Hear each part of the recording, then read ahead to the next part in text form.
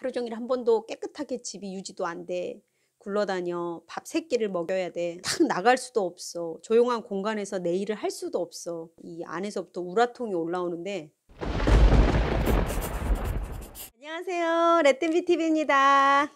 너무너무 오랜만이에요. 잘 지내셨어요? 코로나로 너무너무 고생 많으시죠? 특히 엄마들 어떤 고생 하시는지 다 알고 있습니다. 저도 죽도록 해가지고 저희는 애가 5이니까 5이 굴러다니면서 죽도록 코로나를 보내고 있습니다. 제가 2020년도 겨울방학 애들이 끝나고 이제 3월에 새 학기가 시작되는데, 그때 코로나 상황이 곧 갈 수도 있고 안 갈 수도 있고 뭐 며칠 가고 며칠 안 가고 이걸 시작할 때였잖아요. 곧 가려니 곧 가려니 하고 한 2달 정도를 기다리는데 아이들이 온통 굴러다니고 또 수업한다고 공간을 차지하고, 그랬더니 제 시간도 없어. 제가 가장 하고 싶어 하는 일들도 못해. 살림은 하루 종일 해도 집이 하루 종일 더러워. 그랬더니 제가 한 3월, 4월 지날 때쯤에 이 불꽃 같은 화가 올라오기 시작하는데 너무 화가 나더라고요. 아니, 어, 정말! 뭐 이러면서 아이들이 와도, 그래, 빨리 가, 빨리 가, 빨리 가. 제발 학교 언제 가나, 언제 가나. 이런 저를 발견했어요. 어린이집 선생님, 학교 선생님들, 나라의 공공교육 모든 시스템에 대하여 감사드립니다. 덕분에 제가 5 키웠습니다. 전 정말 진심으로 그렇게 도움 없이 제가 5을 잘 키울 수 있는 엄마라고 절대 생각하지 않거든요. 덕분에 정말 키웠어요. 그런데 이제 곧 가려니 했는데 애들이 안 가니까 제 엄마로서의 바닥까지의 상태가 드러나는 거예요. 근데 저는 어떠했냐면 하루 종일 한 번도 깨끗하게 집이 유지도 안 돼. 굴러다녀. 밥 3끼를 먹여야 돼. 물론 전 한 2끼 반 정도 개념으로 먹였지만 밥을 한 2-3번은 먹이잖아요. 거기에다가 내가 탁 나갈 수도 없어. 조용한 공간에서 내 일을 할 수도 없어. 그랬더니 한 2달 지나니까 이 안에서부터 우라통이 올라오는데 화가 나더라고요. 애들이 좀 갔으면 좋겠더라고요. 몇 시에 가서 몇 시까지 조용한 집을 제발 갖고 싶더라고요. 제가 보니까 1년 정도 동일시 시기에 참 아이를 열심히 키우지만 그다음부터는 기관을 통하여 정말 쉽게 키우거든요. 또 제 자신이 어떤 묶인 부분은 연연해 한 부분, 안타까워하는 부분들은 이렇게 해결해 가면서 뭔가 스트레스 없이 아이를 키웠는데, 이제 이 제 일을 막 하고 있고 바쁜 이 시기에 아이들 5명이 집에서 여기 굴러 저기 굴르다 부딪히고 싸워. 밥 먹어. 어지러. 이걸 해결하고 있는 제 자신이 너무 답답한 거예요. 할 것도 없고. 그리고 집중도 안 돼요. 제가 그때 2번째 책을 막 쓸 타이밍이었거든요. 근데 집중도 안 돼. 그러면서 제 자신이 깜짝 놀랐어요. 제 자신이 되게 엄마로서 점수를 좀 좋게 해 줬거든요. 자식들을 기대하고 자유를 이 정도 줍니다. 난 아이들이 너무 좋아요. 이렇게 생각을 했는데 애들이 2달 안 가는데 보기 싫어 죽겠더라고요. 저것들 진짜 언제 학교 가. 그러면서 내가 아이들을 사랑한 게 아니라 어찌 보면 실컷 나의 삶을 살고 여분의 시간에 아이들을 돌보는 거를 그냥 어려워하지 않는, 그래서 레땐비가 조금 더 쉬운 기질의 사람이 쉽게 살았구나, 이걸 알게 됐어요.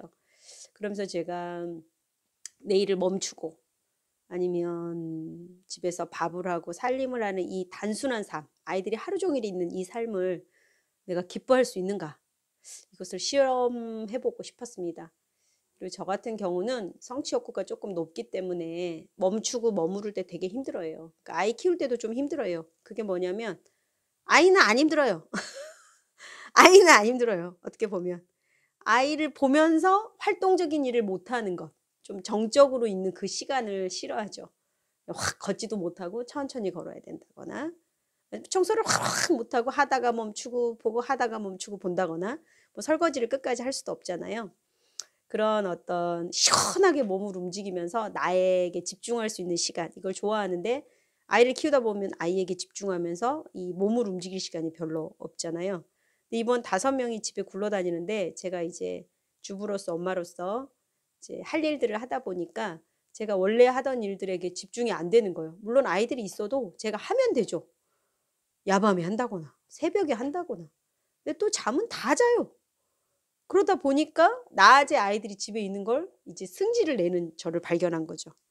그러면서 엄마로서 기쁘게 아이들을 사랑하지 못하고 불편해하고 좀 내 인생을 방해하는 요소로 여기는 제 자신을 발견하게 된 거죠.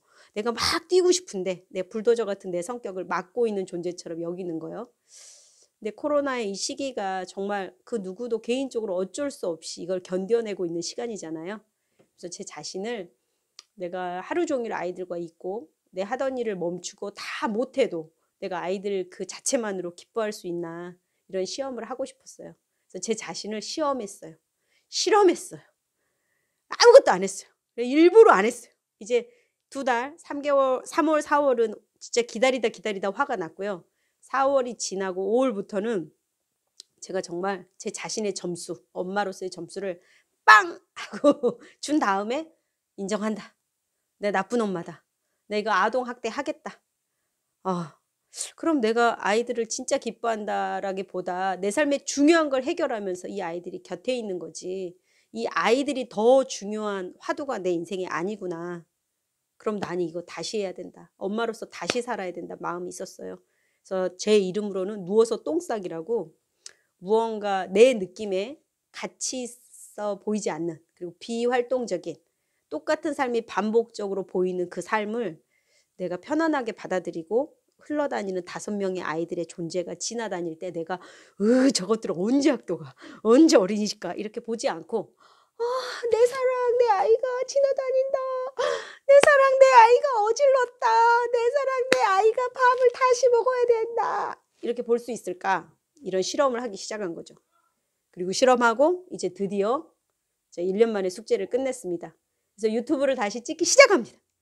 이제 열심히 할 것 같아요. 왜냐하면 굴러다니는 아이들이 예뻐졌거든요. 힘들지 않아졌어요. 제가 하루 종일 밥을 하고 특별히 제 스스로가 성취라고 느끼는 어떤 일을 하지 못하고 하루가 지나도 내 아이 5명이 건강하고 행복하게 보호받고 있다는 거, 지금도 잘하고 있다는 거, 그거 자체가 제게 행복이 되었습니다. 제가 특별히 어떤 일을 안 해도 된다. 누워서 똥을 싸도 된다라고 저에게 숙제를 냈고 답답해 죽을 것 같던 어떤 시간을 거치면서 죽다 살아났어요. 얼굴 좋죠? 죽다 살아났어요. 죽다 살아났습니다. 진짜로 겨우 살아났어요. 그래서 이제 그냥 제 삶에 어떤 것도 못해도 어떤 가치가 없어도 아이 하나만으로 이 아이가 잘하고 있고 행복하다는 하나만으로 제 인생을 바칠